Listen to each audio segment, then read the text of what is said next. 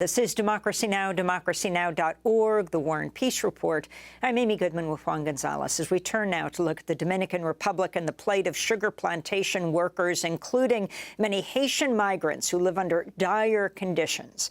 Last year, the Biden administration banned sugar imports from one of the major Dominican sugar companies, Central Romana, which sells its products in the United States under the Domino brand.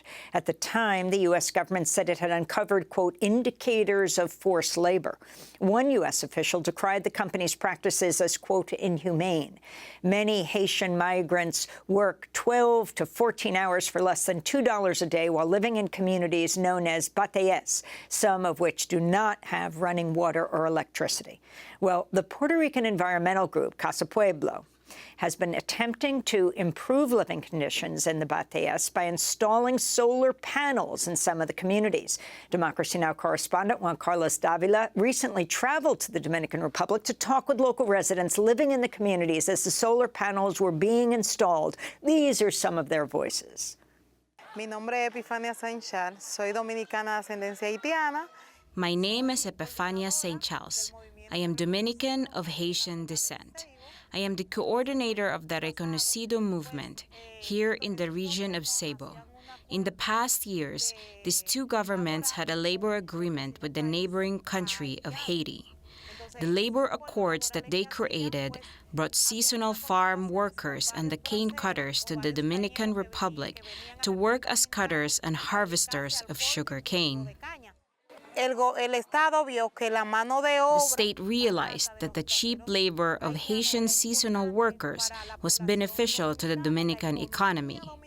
This culminated in the construction of bateyes, towns of sugar plantation workers. These plantations have exploited these cheap laborers and forced Haitian seasonal workers into a modern form of slavery.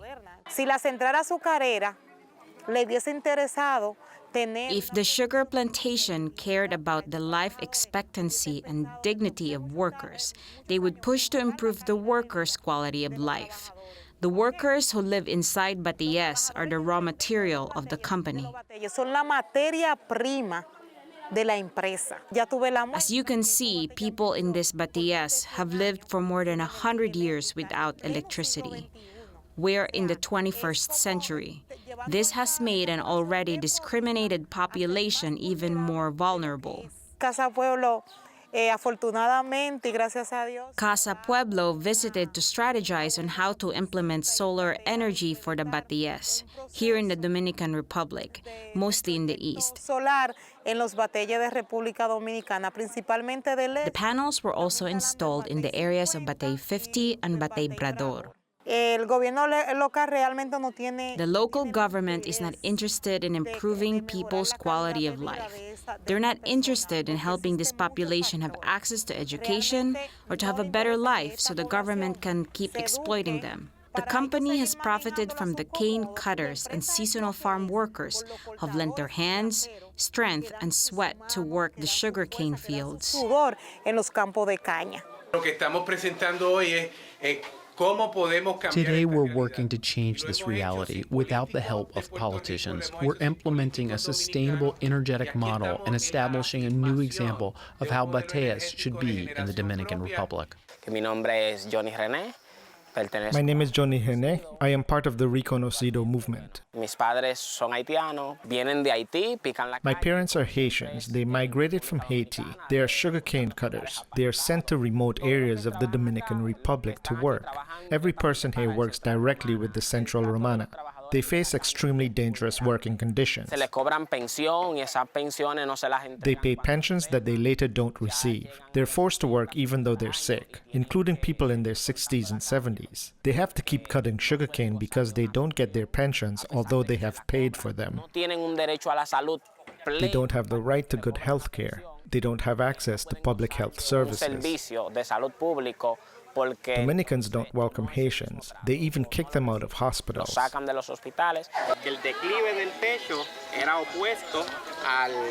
Due to the slope of the roof, we had to place the solar panel pointing this way because the sun will shine this way. I couldn't put them in the other direction because the panel will not receive sufficient direct sunlight.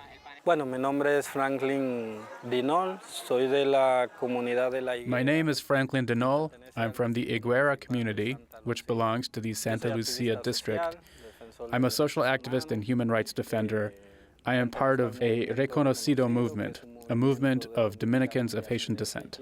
Como pueden ver, los bateyes son comunidades donde As you can see, the bateyes are communities that don't have public services, such as water or electrical services and other important resources. Bueno, si estamos hablando de que es Imagine the significance of saying that with this project, bateyes are going to finally have access to electricity. Lo que significa eso. La mayoría de las People here haven't even had the opportunity to learn how to use a computer. Community members here don't know how to use word processor software. Students don't have access to computers, tablets, or telephones, and cannot access a web browser to find information, all of which are essential for the job market or school. We're also solving that problem by bringing solar energy panels. We are sending a strong message to corporations and local officials. Voices from Haitian migrant sugar plantation workers in the Dominican Republic. Special thanks to Democracy Now! Correspondent Juan Carlos Dávila. These people live in communities lacking electricity, but solar panels are now being installed by the Puerto Rican environmental group Casa Pueblo, House of the People, which is a past winner of the Goldman Prize. We're now joined by Casa Pueblo's executive director, Arturo Massol-Deyá, who is back from the Dominican Republic, now in San Juan, Puerto Rico. It's great to have you with us, Arturo. Talk more about the conditions they face, the companies they're working for, like Dominican sugar company Central Romana, which sells its products in the United States under the Domino brand, and what you did in the Dominican Republic.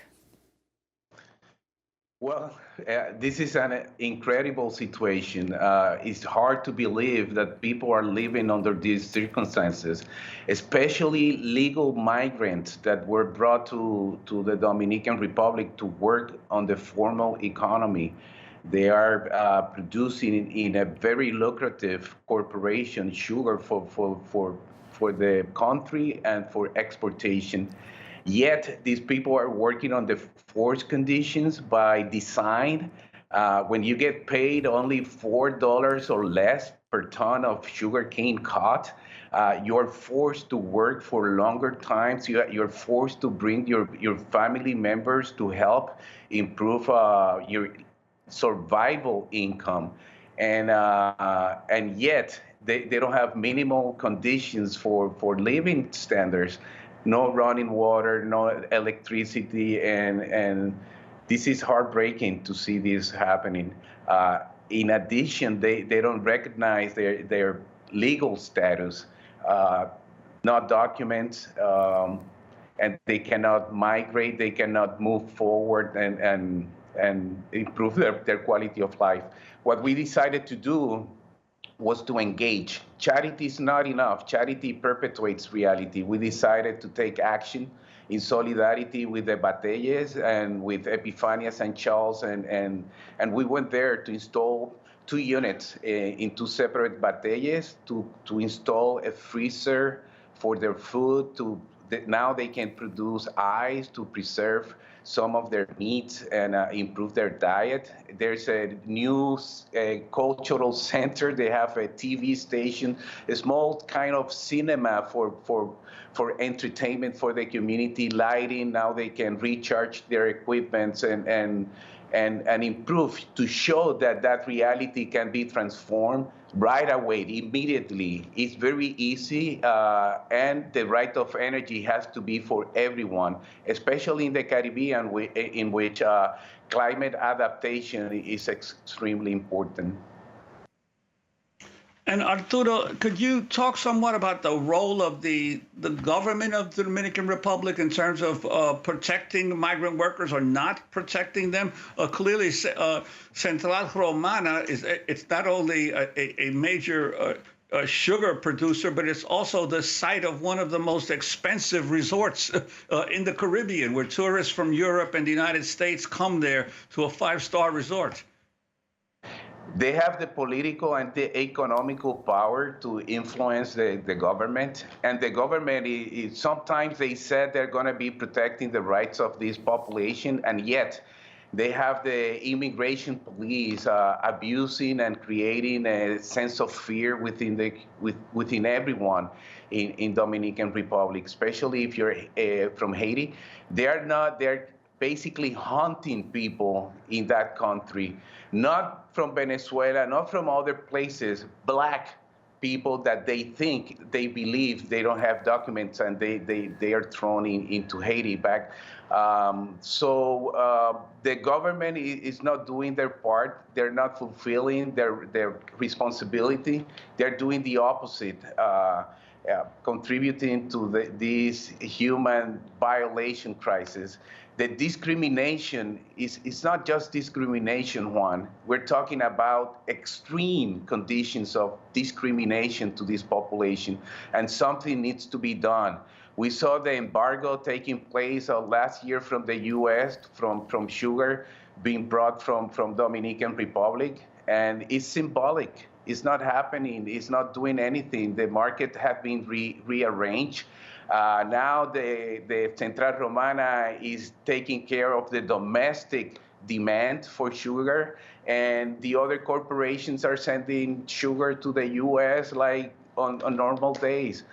It is a joke. Not even the local government, the U.S. government, they're backing up with their actions what is going on with Central Romana and the discrimination to the Haiti populations and their descent. First, second, third, fourth generations of people that were born, raised, that have been working for 40, 50, 60 years for Central Romana, and yet they don't have the basic living conditions, and they don't get recognized their civil rights to be in the Dominican Republic either.